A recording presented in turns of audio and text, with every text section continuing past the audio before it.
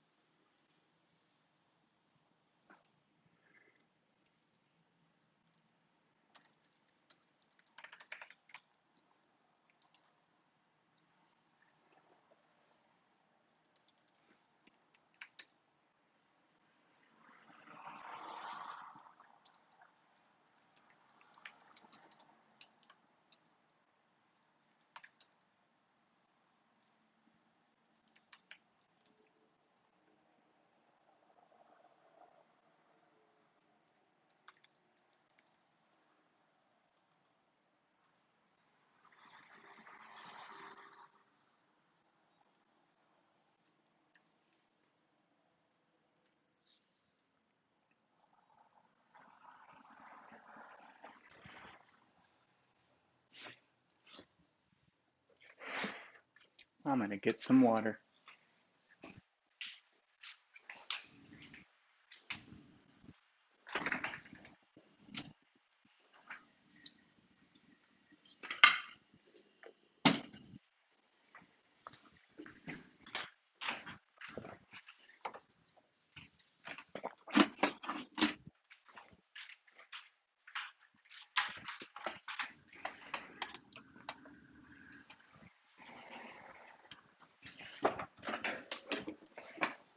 Okay, looks like we're getting all set here.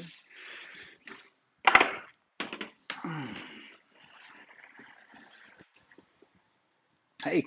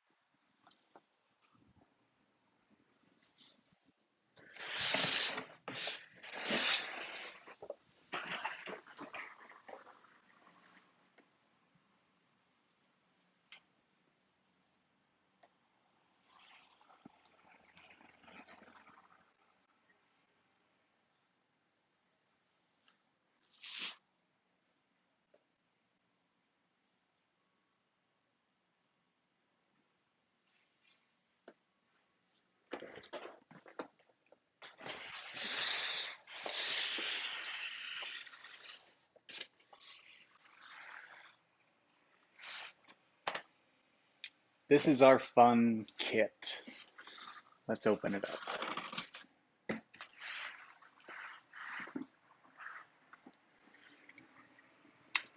We've got some 4x6 index cards. They are lined on one side, plain on the other.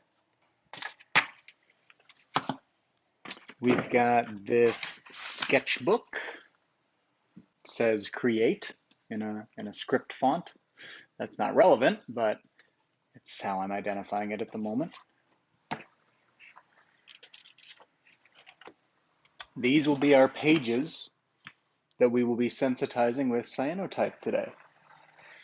And we are in a dim room right now. This is suitable light for creation of cyanotypes. We will leave these in this dim light for no more than 5 or 6 minutes, and then they'll go away into a closet. Or maybe we'll just start cyanotype with them right away. They dry pretty quick if you don't coat a lot of chemistry on them. So speaking of chemistry, there are two chemical components to cyanotype. And the components are labeled. Let's see if we can read that.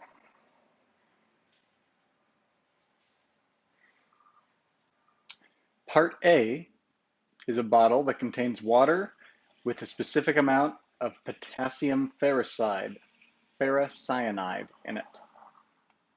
Part B contains water with ferric ammonium citrate in it.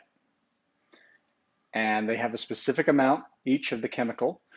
I'm going to be able to combine these equal parts into a little vessel of my choosing. And when I say equal parts, I'm kind of eyeballing it. That looks about, it doesn't really matter what it looks like number-wise yet. Let's just try to match what we poured with this next pour. Feels good to me. So we now have our two chemical components of cyanotype.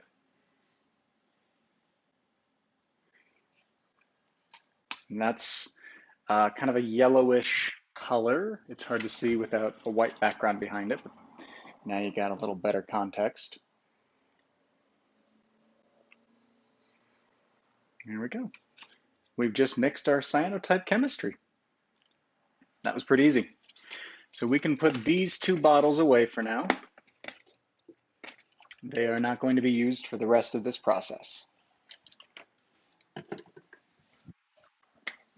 Okay, I am going to take this brush, which is a special brush that has no metal. This is entirely wood and rope and horsehair. And the reason there's no metal in it is because the stuff we are brushing onto this paper has iron in it. It actually will react if there was metal wrapping this, like an iron or a metal ferrule or something that was wrapping this and keeping it tight, it would eventually start to rust, and that rust would get into the cyanotype chemistry, and you'd start brushing on parts of your brush. And that wouldn't be good if you wanted a nice, repeatable, variable-free environment. So this lovely Hake brush, which I think kind of looks like he develops kind of a Gumby head after a while. He doesn't right now. This is what we use to brush on our cyanotype chemistry. And we're using a cardboard box because it's fine to get a cardboard box all painty and weird. It's all right. And I'm going to, what is the best way to do this? I know the best way to do this is to move these objects just a little bit. These future substrates. And kick that up a little. And how are we doing there? That looks good. And now I get to have a seat. Oh, this is very nice. Okay.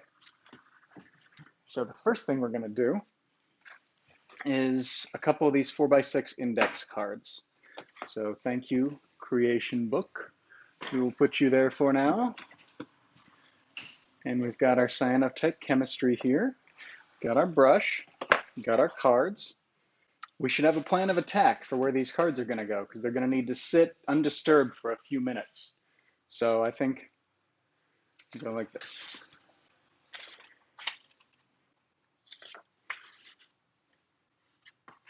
You can see there's some, I'm casting a shadow on these. There's certainly light coming into this environment. That's okay. For the cyanotypes we're doing, this is a perfectly acceptable environment. And now we take our Hake brush, and I'm going to get this kind of close so you can get a better sense for the actual effect happening here. This is a very dry brush. I'm going to get it real soaked with the chemistry. Just all over. There we go. Okay, now there's a ton. You can see it's still dripping. I'm going to kind of get a little bit of that out by pressing it up against the side of the bowl and doing it on the back as well. And what that's going to do is make sure I'm not just depositing way too much cyanotype chemistry on way too small of a little piece of paper to start with.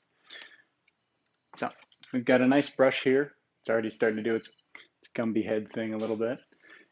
Gonna go like this. First of all, what color do you think it's gonna be? Take a moment. Gonna brush, I'm gonna apply it. What color is it gonna be? All right. If you guessed yellow, you certainly could be right. I don't know what that color looks like to you. I tell you what, though, it looks good to me.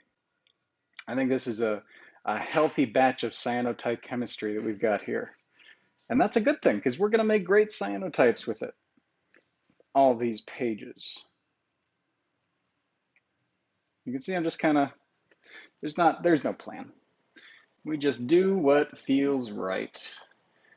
And I'm not giving these pages a lot of cyanotype coating, actually. They're kind of, I'm giving them a border all the way around. That's to keep them from curling up too much. You know, I'm wetting these papers down. I'm getting these papers wet, and that's going to cause some things to happen. So it's going to start to kind of curl a little bit. And the wetter I get one side of it, the more the other side's going to have to kind of react. So by just coating half of the top surface area, we get around the curling factor.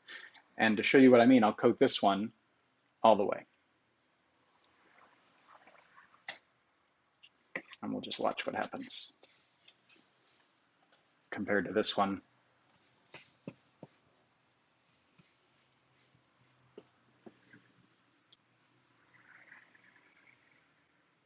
This one's curling quite a bit compared to this one.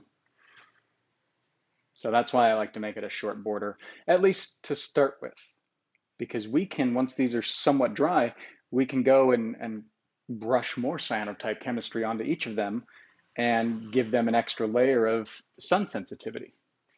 And doing that will give us very dark blue cyanotypes when they're finished, if they got a lot of sun.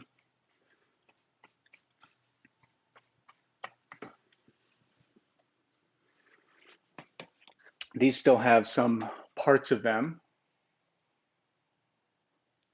Apologies for that not being exposed. I'm going to set the auto focus back to what it should be. I believe, is this auto focusing? Not quite. How about now? Maybe? I'll stay on it. So we got these cyanotypes. They got this chemistry that's still kind of drying. We can move it around. I'm actually, you can see I'm asking the chemistry to kind of move around on the paper. Let's look at this one.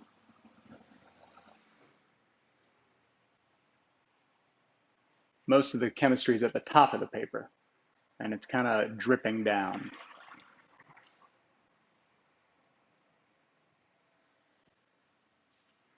And you see, we do this on cardboard because it gets chemistry everywhere. And this cardboard will absorb the chemistry and be happy to keep going. And it's not disposable, it's recyclable. And it's definitely not a bad thing to get some cardboard all messed up. That means you're probably having a creative and fun time. All right, I'm very happy with these, enough to put them aside for now. And I'll tell you, at this point, they're not quite dry to the touch. You can see this one doesn't have, that's got a wet sheen to it. That's the one we did most recently. Let's compare it with the first one we did, if that was this. I have actually no idea. They all have enough, kind of wetness to them that in about 5 more minutes should get rid of it. Let's put them over here for now.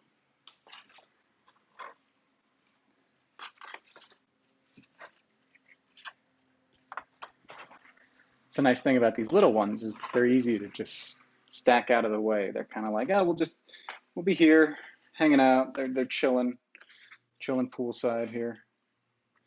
Let's open this guy up. I like this kind of book. It's a spiral bound because it can lie flat. The pages just, you open it and then the pages are lying flat for you. So that's a nice thing. And they also have a perforation, meaning I don't have to rip out this top part.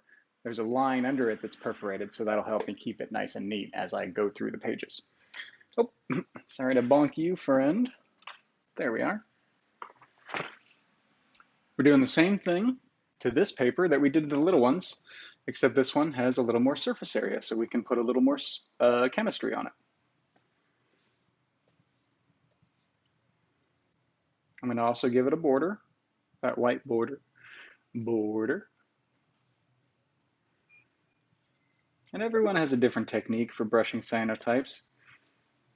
Your paper and your brush will probably dictate your style more than anything. Now, if I leave that, it'll just start to pool, like right here. Maybe there'll be a line right here. I'd like to avoid that because that just creates dense concentration pockets of some cyanotype chemistry being darker than others. So I'm just going to kind of treat it like, I don't know, like I'm panning for gold slowly. I just want to kind of make sure that I'm distributing the chemistry evenly on the paper so that there's no one spot that absorbs the most, because that spot that absorbs the most will end up being the hardest to fully develop. It'll have the most chemistry to come out of it. That's not ideal. The longer you leave these developing, the more it washes away the other parts of the paper. You know, the image, effectively, that you recorded is washed away the longer it is developed. All right, that was our first piece of paper. Let's do this. That was easy. And let's leave it over here for now. Boom.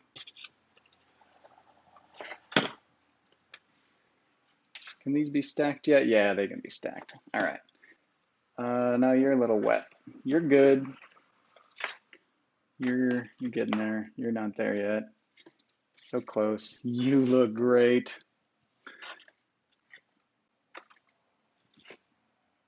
All right, and you can see these are all getting direct sunlight, or not direct sunlight, indirect sunlight, and they're doing fine.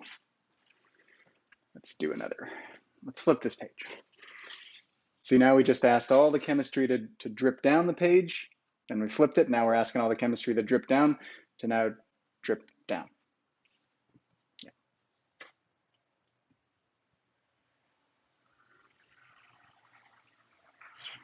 Yeah.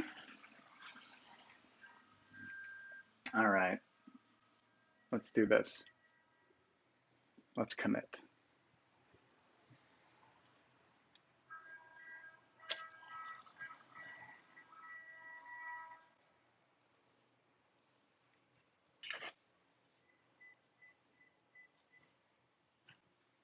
These are very light brush strokes. If you can get a sense, I'm barely moving, not really.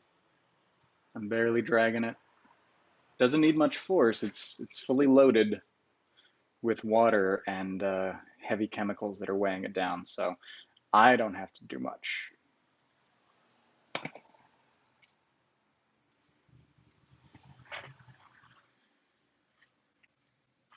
Okay, we're gonna put these right down here for now in the purple loading zone.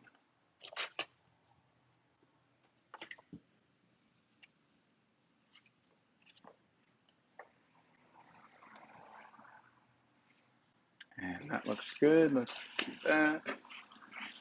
This is technically developing a little bit. It's actually exposing a little bit in this light, but it's okay. That's a useful thing because it means there will never be any part of it that is so underexposed that it takes forever to clear the developer from it. And these are all intuitions that you'll develop over time if you make a lot of cyanotypes. Intuitions are just observations that you got to make again and again and again and again.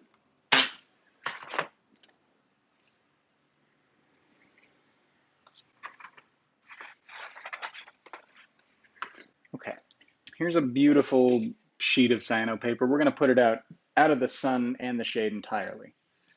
I'm putting it on the ground down there. And we're leaving that one there.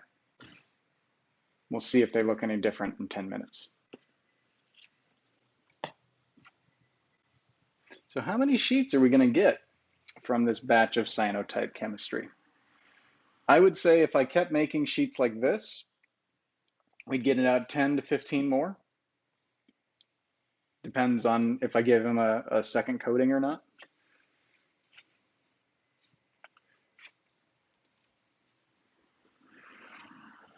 There's not really a plan, as is evident from watching this. This is just, you know, when I'm making the sheet, if I make a nice border, then that's a border sheet. And if I don't make a nice border, then that's a full size sheet. This one became a full size sheet, which is nice. So that means it can do anything. And there's no imposed orientation. You know, with a frame, you know, the cyanotypes with a white border, there's a structure. You're putting an object or an image inside a white border. But with this, the object has no boundaries besides its actual medium. These are heady topics. Okay, do this again. It's very satisfying to get a nice whoop.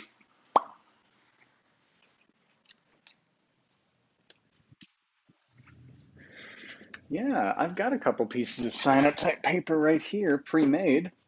Let's see how good this sunlight coming in through the window actually is. Let's see how strong it is. This is a piece of cyanotype paper that I made 2 days ago on our first live stream. I'm going to put Versatile the giraffe right on it. And I'm going to leave him in what looks to me like the brightest spot. I would say it's right there. Stay.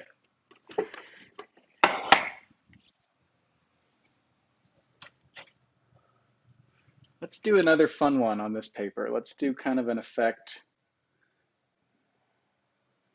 that will change the way we interact with the paper. Now these are all individual cells right now, just individual painted on squarish shapes. But if I take all the built up developer in this one and I connect it and I let it build up some momentum and then I connect it, there we go, now they're sharing. See, they're joined. And now I take all that and develop it and connect it and collect it and I move it and I say go down that one. And now it's connected. Now it's all part of the great square circle of life. Now we'll collect all that again and we connect it. Yeah, this is like a race. Okay. You know, this reminds me of our own planet. We're reverse Pangeaing. We took 6 individual land masses, and we said, no. Let's make it one supermass.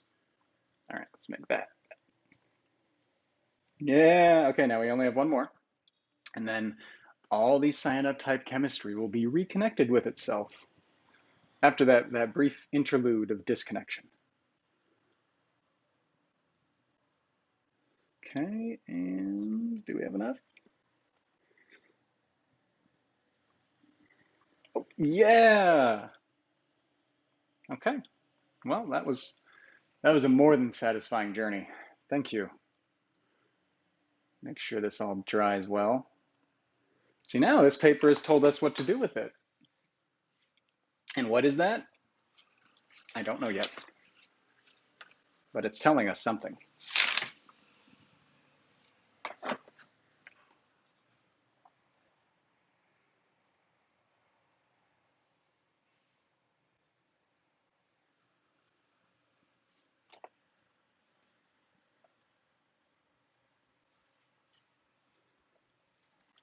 Okay. Put that down here too. Have its best day on the floor. Let's use this up. Okay, so we're doing pretty good. I'd say we have about half of the chemistry we started with.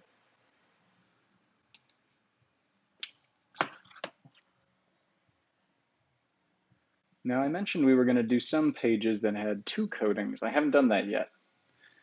This one will be the equivalent of a 2 coating cyanotype sheet because I really deposited a lot of the cyanotype chemical on this page. You can see it's still pooling up and collecting. So in case it's not obvious, I can go move it all around, see it in the corners there, it just collects. Just kind of do the run the bases. Making sure it's evenly distributed. You can see that sheen on it. It's very pretty.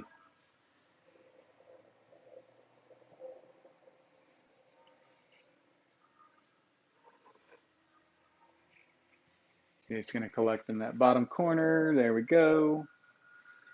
All right, now let's do something different here. Let's take this and just press it right there. Press it real good, but not real good. And then let's lift it up. Okay. What did we do? I don't know. But we did something. And our evidence is there.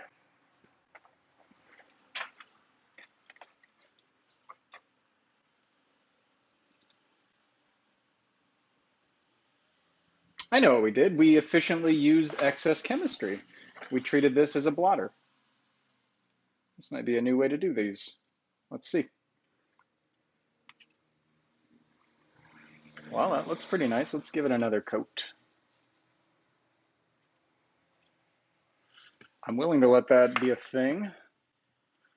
Put that there. Yeah, this could be a great tactic to use.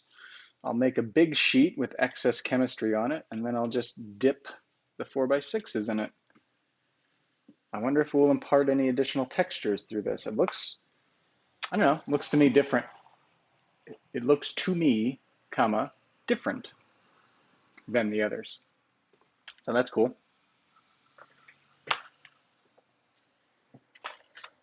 That looks fine. Still dripping stuff on the page, but that's okay.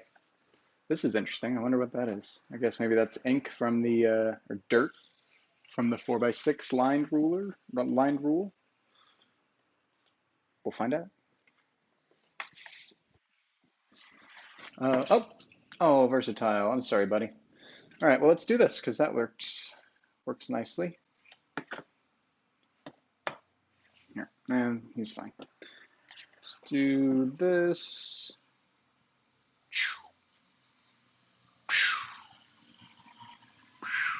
Oh, lovely. Oh, I don't know what this is either, but I like it. I like it, but I want more. Oh, yeah, we did it. Okay, that one looks great. Versatile. Versatile is the giraffe, if I have not introduced him yet, I'm sorry. He does a lot of things around the Cyanotype studio. Let's do more of this, and let's actually use this as our brush. Let's say we can't afford a brush, but we can afford paper.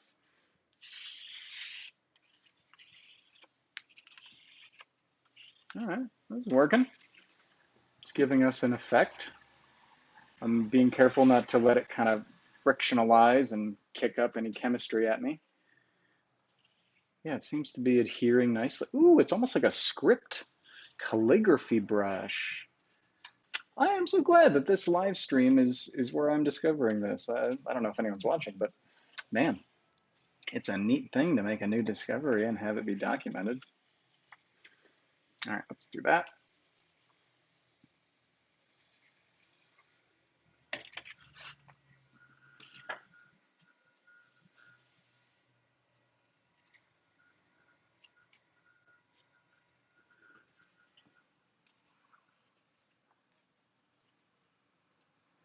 And if you get this chemistry on your hands, you can wash it off. Try not to get it in your eyes. Don't get it anywhere in your mouth. If you do, go, I don't know what to do. Don't do it.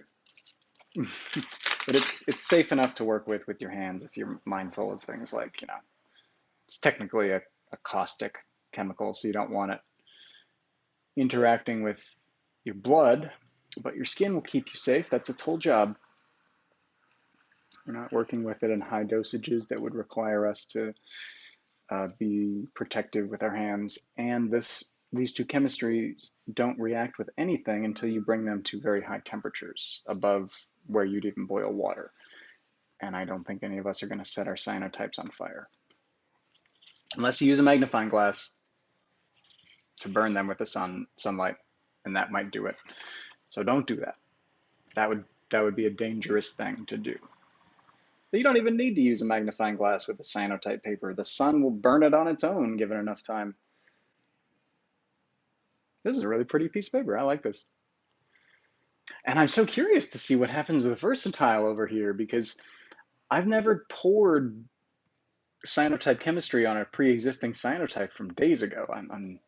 It looks like it developed, but then maybe it reabsorbed the developer. I'm curious.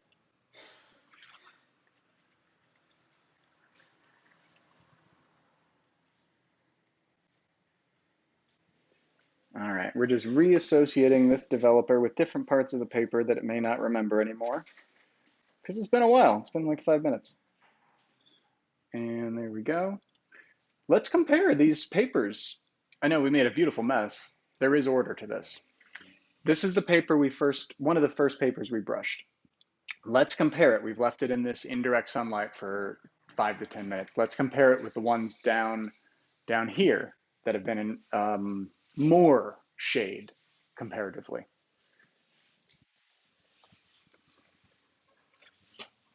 All right, one's a little lighter. This one. What's the difference between a hippo and a zippo?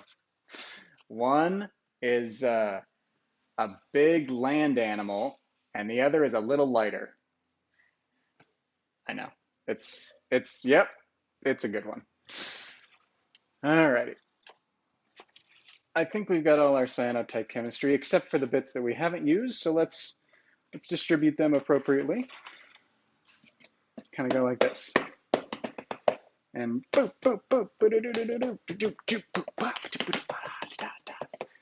yeah. This is automatic art. This is what it looks like when you give, orangutans paint and brushes and say, go, which is effectively what has happened with me. So that's cool. I think I'm closer to chimpanzee than orangutan, but I really can't spell either. So there we go. All our cyanotype paper has been made. Can any of it be used is the question. Is any of it ready after this time that we've just been making it? Yes, is the answer to the question I posed myself. Let's put some of these pages over here for now. They can stack at this point. Not this one, this one's wet. Same for this one. It needs some time to dry before we stack it. And these ones I'll leave to turn a little bit.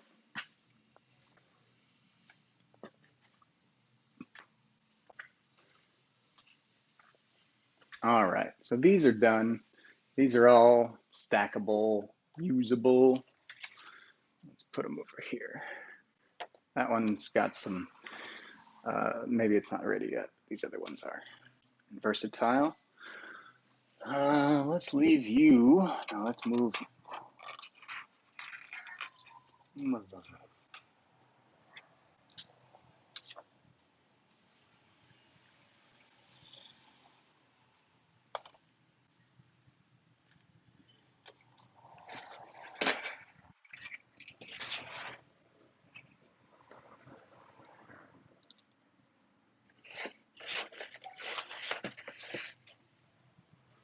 All right, Versatile still doing good over there on his cyanotype. We'll leave him to be.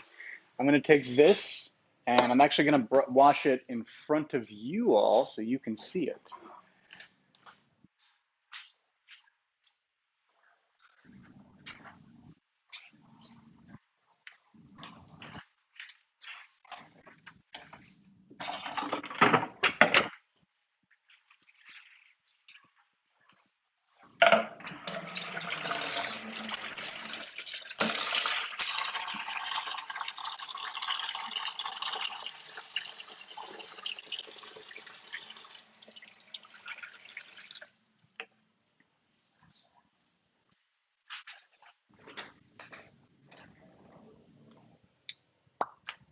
Okay.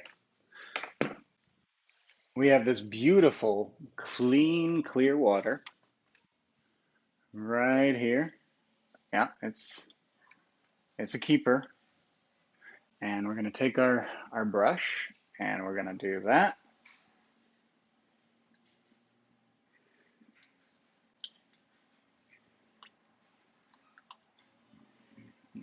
That's about it. We just do that for a while, actually.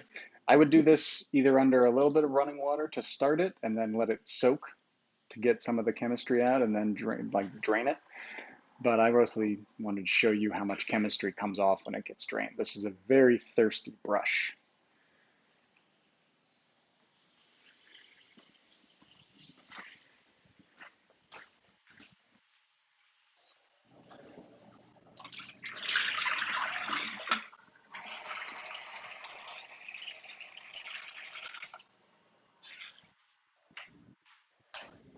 Yeah, so I'll just leave this developing its own little self. And I'll take this out of the way and this. And let's make a few cyanotypes. We got the paper, we got the inclination. Let's do it. We'll put those 3 down. And what will we do with them is a question I haven't answered yet, but let's find something. Let's find a block to put on it. Ooh, you know what? Let's do this. Let's switch to the second camera. Yeah, zoom in town, and let's move versatile so he's part of the fun.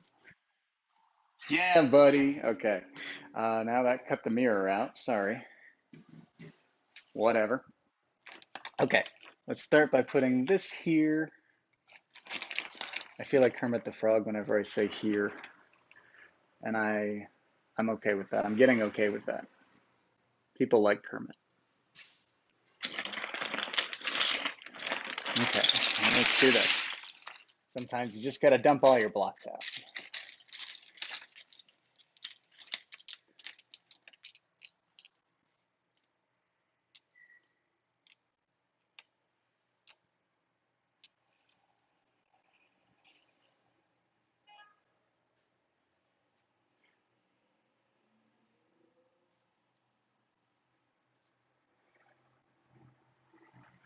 Okay, let's do it.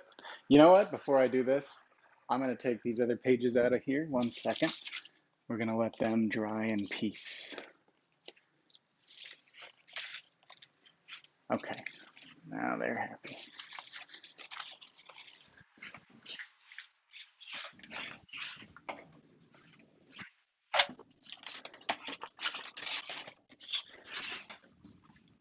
Now let's expose our cyanotypes. This is all indirect light still. This is not direct sunlight. See how I'm casting almost no shadow on these things? So that's important to know. What you're looking at is bounced sunlight. And that means it's going to take longer for these exposures to happen compared to a direct sunbeam. If sun was coming in and hitting these directly, we'd see the effects of the cyanotype exposure happen a lot quicker.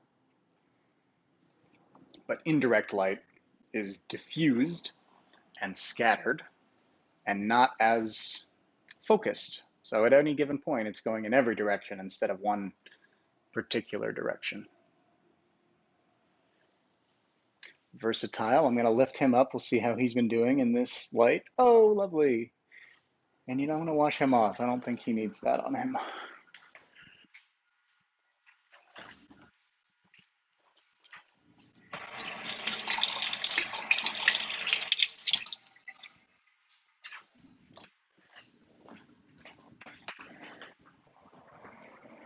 I'm going to do this too. That there. Put this there and that there.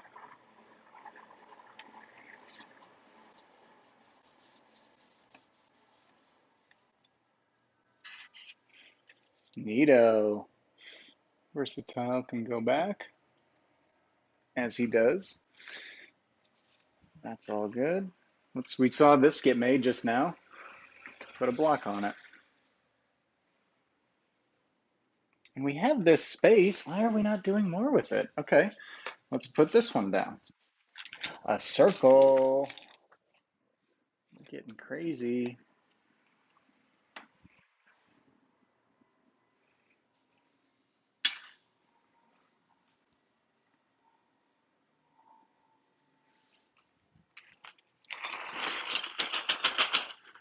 All right. Put my blocks away.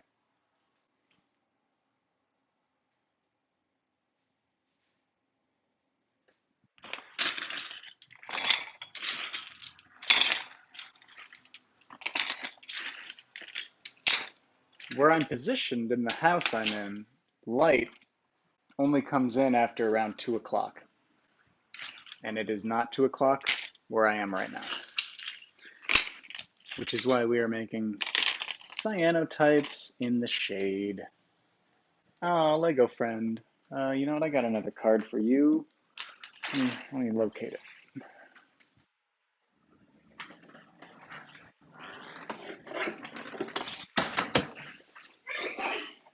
Yeah. Here we are. Lego friend goes there. Why is this and this only done on half of the page? I made these like this, so where I just exposed one half of it to cyanotype, so that I can make a cyanotype on one side, meaning I can develop this, wash it, make it perfect, and then once the paper's dry, I can coat this side with cyanotype material like we've been doing, and then fold this exposed cyanotype onto it. So the negative makes its own positive, and when you open it, both are there.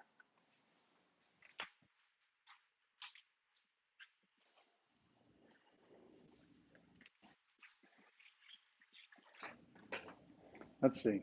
How are these kids doing? Whew, look at that. It's like I didn't even move it. Now, what happens if we do this? We're going to put some other shapes on there. Put that there. Oh, look at all these great colors. They'll all be blue in the end, but for now they look great. I got distracted cleaning up these blocks. Shocking. Let's put another one here too. I'm going to keep getting distracted, and that's good.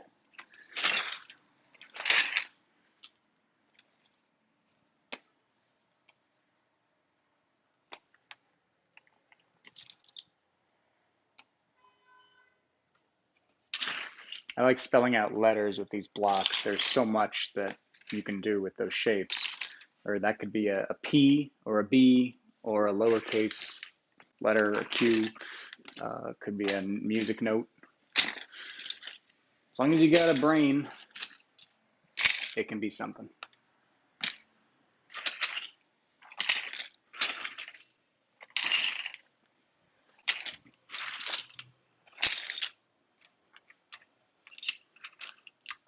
This is crazy. Why am I not making this cyanotype? Okay. So, I'm going to go close the window while someone does their leaf blowing.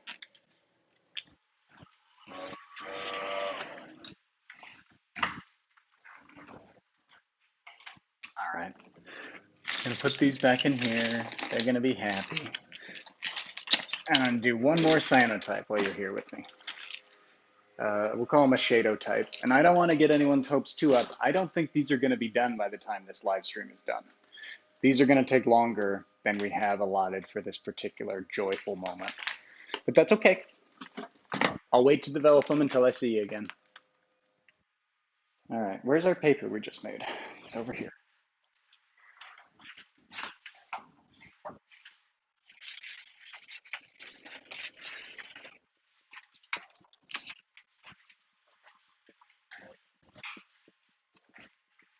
All right, we got two pieces of paper here. Let's start with our bordered paper.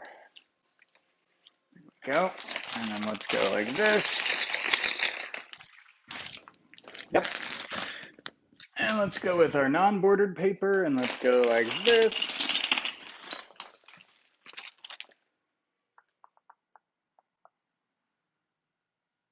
That's probably it. I don't know if we can make either of those any better. We can clean up the mess, relative mess. But I think those are going to look really good, especially on a sunny, a shade-filled day. These are going to be good because the light is going to bounce around all underneath these shapes, and we're going to get the full radiosity, meaning all the light that would have bounced off these is going to be documented on these pages. And when we look at the finished result, it might look like a bunch of blocks just lying on a piece of ice. I say ice because the paper is blue, and so our associative brain says, oh, it must be cold. Blue and white must be cold. Look at our brush over here. That's all that chemistry still coming off. And I'm going to empty this out again.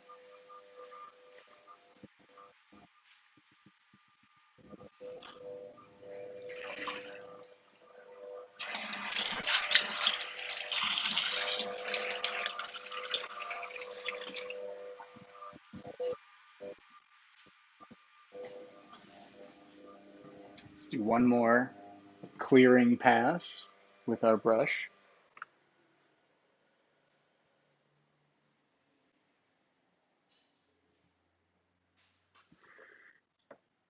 It looks like it's a lot less yellow now.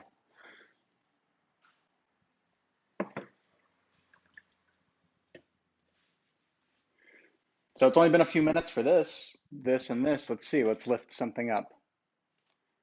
There we go. I can still see that square even after I take away that square. We're going to move that though.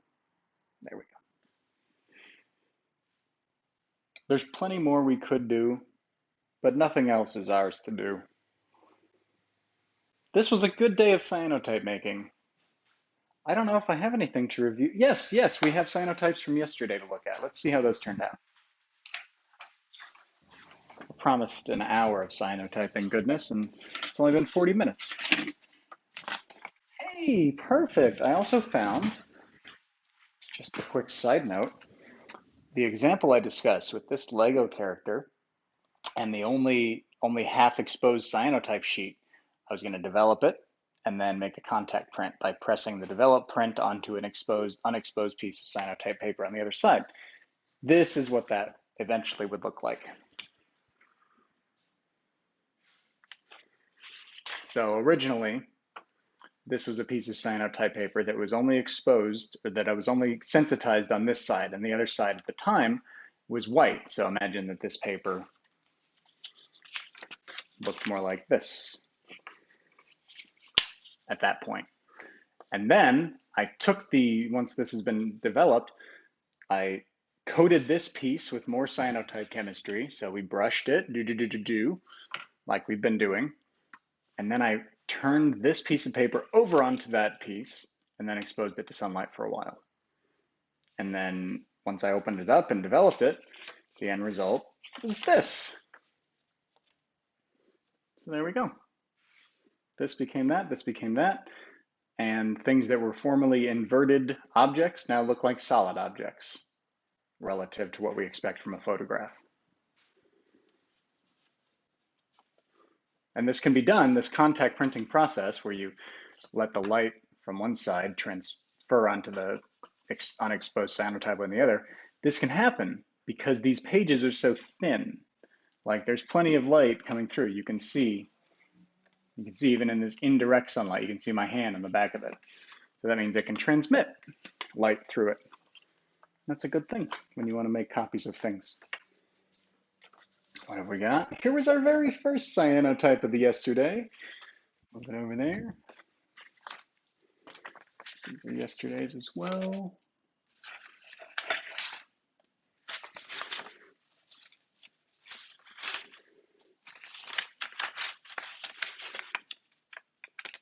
I guess that's it. We saw them all. Yesterday's batch is not today's news. Let's see what we can do to these. I'm going to change something on this. I'm going to take this little pie slice out, that triangle. I'm going to put it right here. Why did we do that? I don't know, but let's do it here now.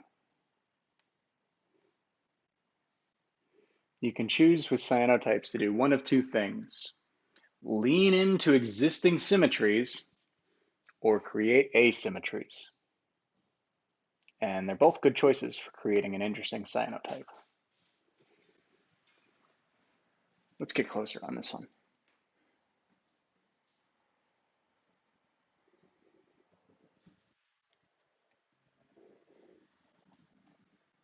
I almost lifted these blocks up, forgetting that they are actually part of art. And I'm going to do this. Oh, let's take that out there. Boom. And I'm going to take this away. Yeah. I don't know what I did there either, but I think it's going to result in something neat.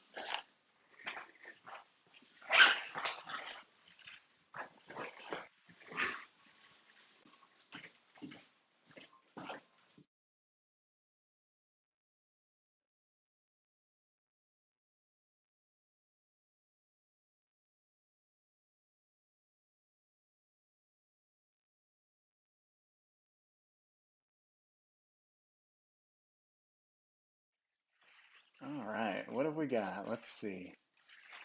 I think we can move this guy. Oh, I moved him. And oh, these are totally different. I forgot we put this one on here much later. Well, let's switch them out. Let's do this. I don't have much of a plan here. I guess that's the whole point. But I do have these shapes, which we have yet to use. Let's put that shape there. And let's put this shape here. And let's put this shape here. And let's put this shape here. And I don't think anything else is needed on that. Maybe we can move this circle and replace it with a triangle. That'll be funny. People think that's funny. All right. And then I think maybe even a square will be useful here. Let's find a square.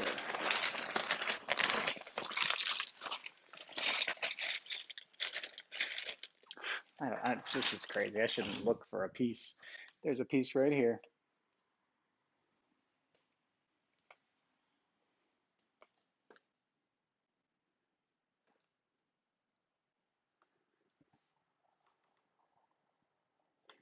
Okay. These are some really good looking cyanotypes.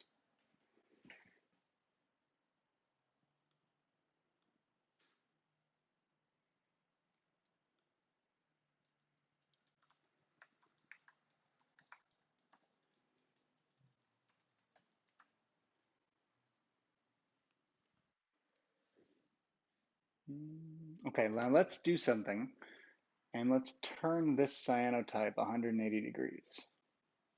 Why did we do that? I don't know yet. And we're also going to do this.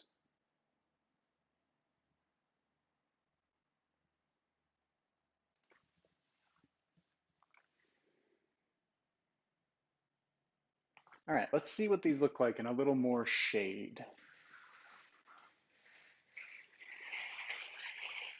They look pretty much the same. Yeah, if this was direct sunlight cyanotyping, we would be getting, this would have happened in a matter of 60 to 90 seconds. We would have watched it happen pretty much in real time. So that's pretty neat. I like the concept of real time being a thing we can communicate with each other.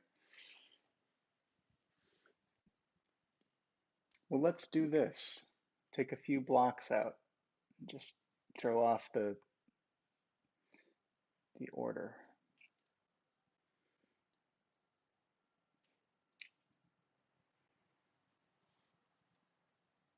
And let's put them other places.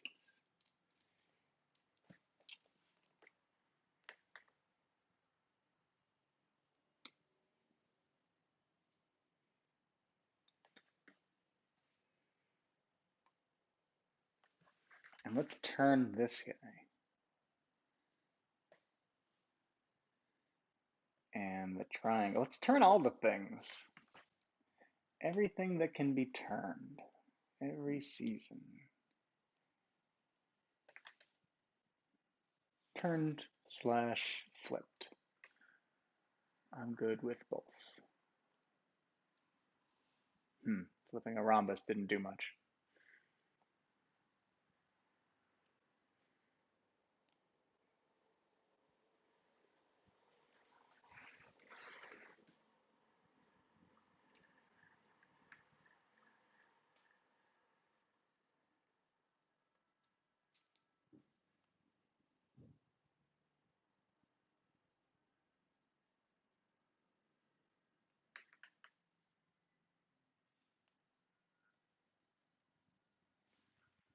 Okay. Now we open it back up.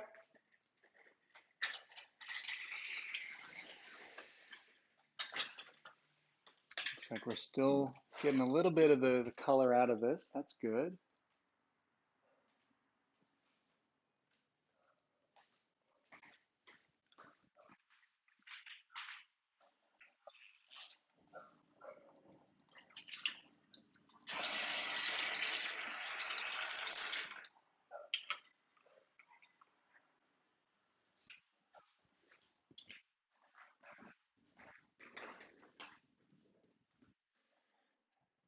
I know I keep saying we're probably not going to develop these in time for this live stream, but it's looking like maybe one of these is going to be done by the time we're done. And I love that. Nothing quite like being wrong to make you happier for a new possibility.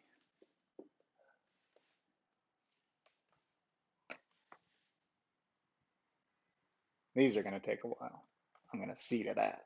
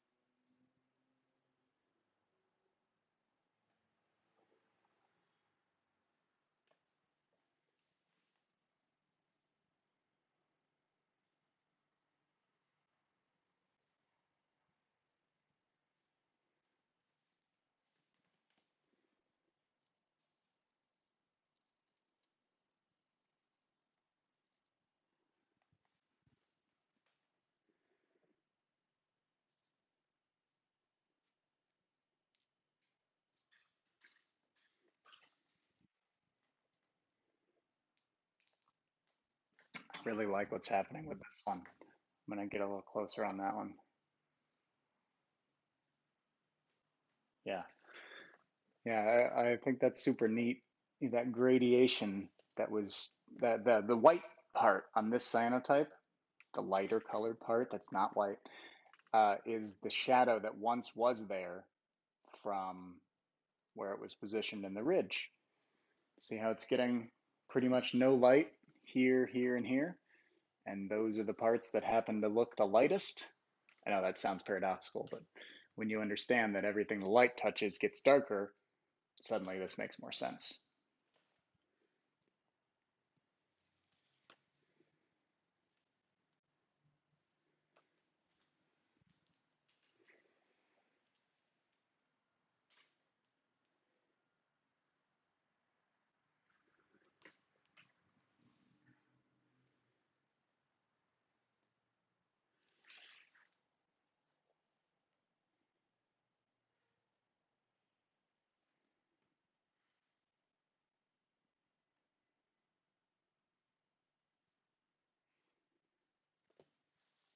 Yeah, these are all going to be nice cyanotypes when they're all finished, which will be just as the light is actually starting to reach them, but then they will be too exposed if I let them go. So these cyanotypes will never get direct sunlight, and that's not a sad thing.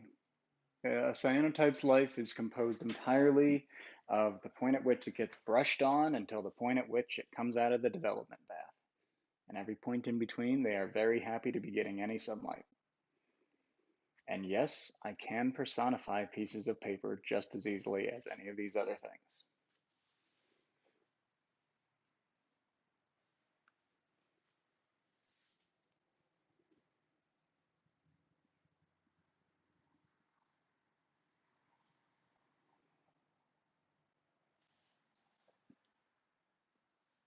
This is a good way to check, just to see if there's, any shadow that maybe isn't as obvious until you equalize the light.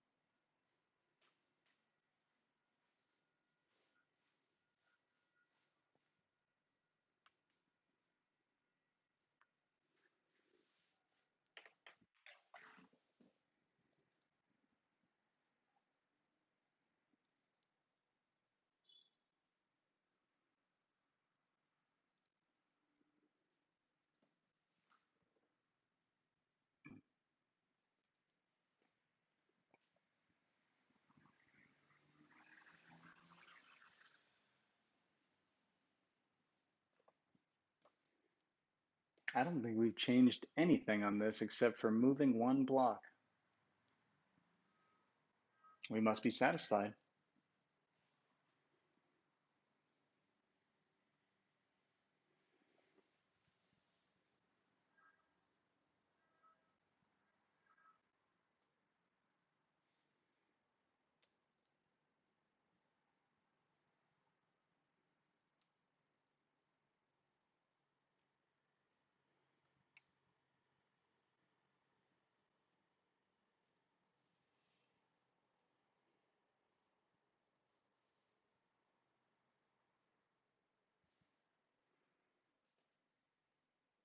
Let's get a little closer on those little cyanotypes again.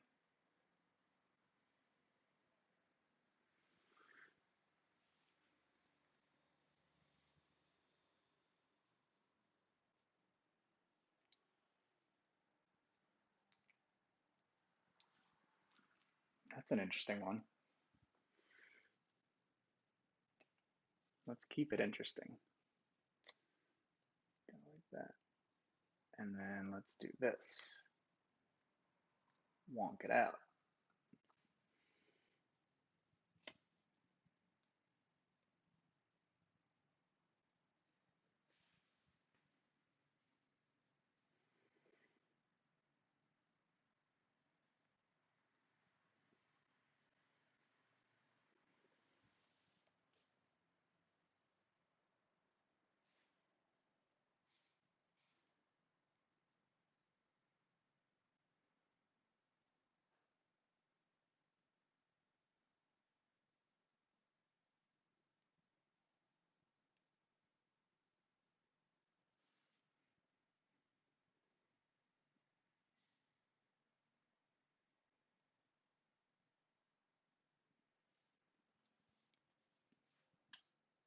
Move this up and this down. And this triangle just doesn't need to be here. Not at all. Can be there though. And I don't know why this guy didn't find a home.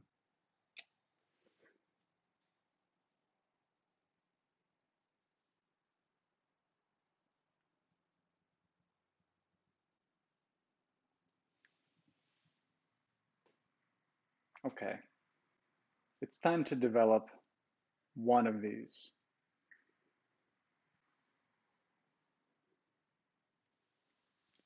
I think what I'm going to do is actually this. I'm going to make this real wide so you can see what's happening. Almost. I'm going to take this little guy and put him on the banister, which is right near some strong direct sunlight. That's going to give him a supercharge. And I'm going to do that for this guy.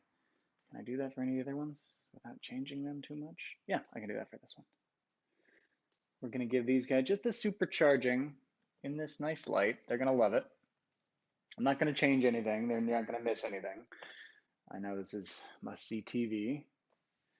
And I'll do this guy too. Because I think these are all really worth, making look the best they can for this live stream and making sure we feel like we've made something worth our collective time. And now I can move this up into that better light and move this over so that there's enough space. Oop. Keep it up, versatile.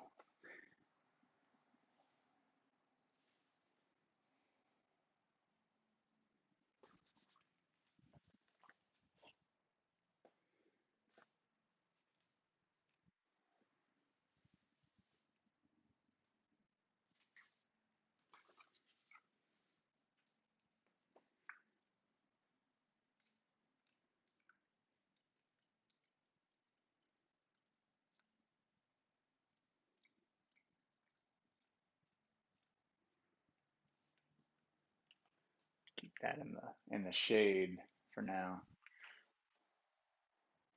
Same for you, versatile, buddy. Get a little bit of that excess chemistry off of there. Cardboard is very good. It's very porous.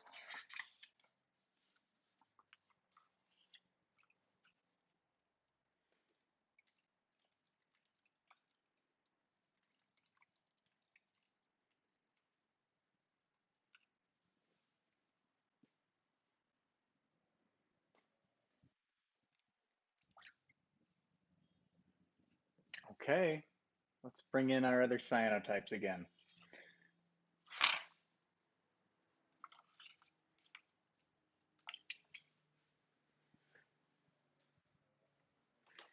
Well, it sure is pretty, but it's not going to last. All that cyanotype is washing away. See the blue that just kind of seeping out? That's all the developer that didn't fully adhere to the paper. That's okay. I was expecting this.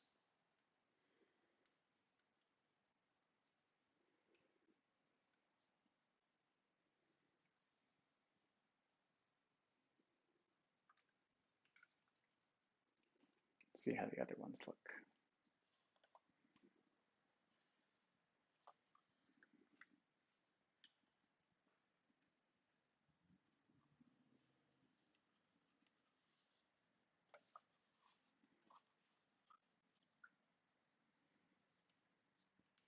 Neato. Let's do this. Let's take a little bit of this developer water. Here, let's make it pretty when we do it. And there we go. Take a little bit of this and go like that.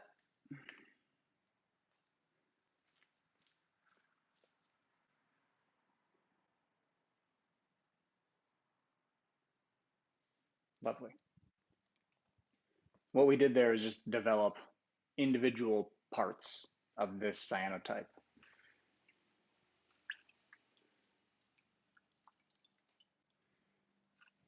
There are no rules for cyanotypes.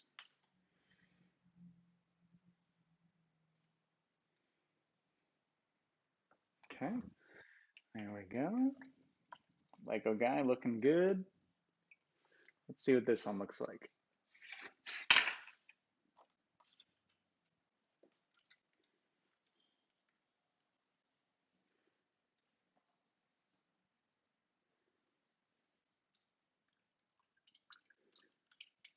Well, the relative faintosity tells me that the third cyanotype that I've got should stay and continue to develop, or expose rather, because these are nice, but they are not very dark, and cyanotypes are all about the contrast. You know, the difference between the lightest part and the darkest part is the contrast. So if this blue were darker, that would make this bright white seem even brighter, and there would be more contrast in my image.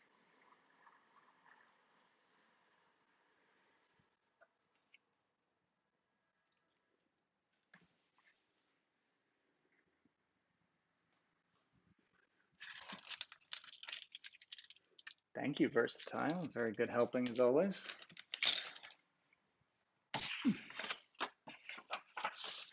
Okay, let's see here.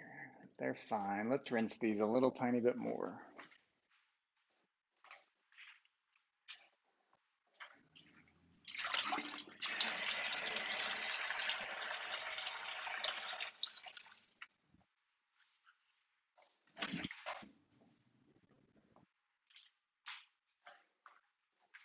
And we will put our screen here. This is so we can dry our cyanotypes.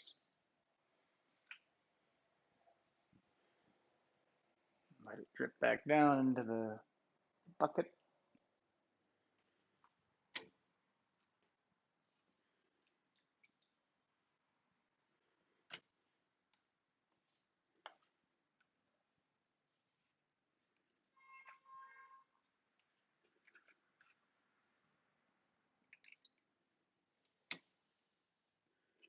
I can tell this is not yet done because it's still kind of yellowy on the back. It's just not quite finished. There's still some developer in there.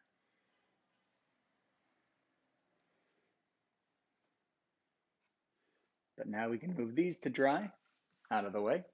Leave that right there for now. And we're going to leave these the way they are. That's it. We made some good cyanotypes today.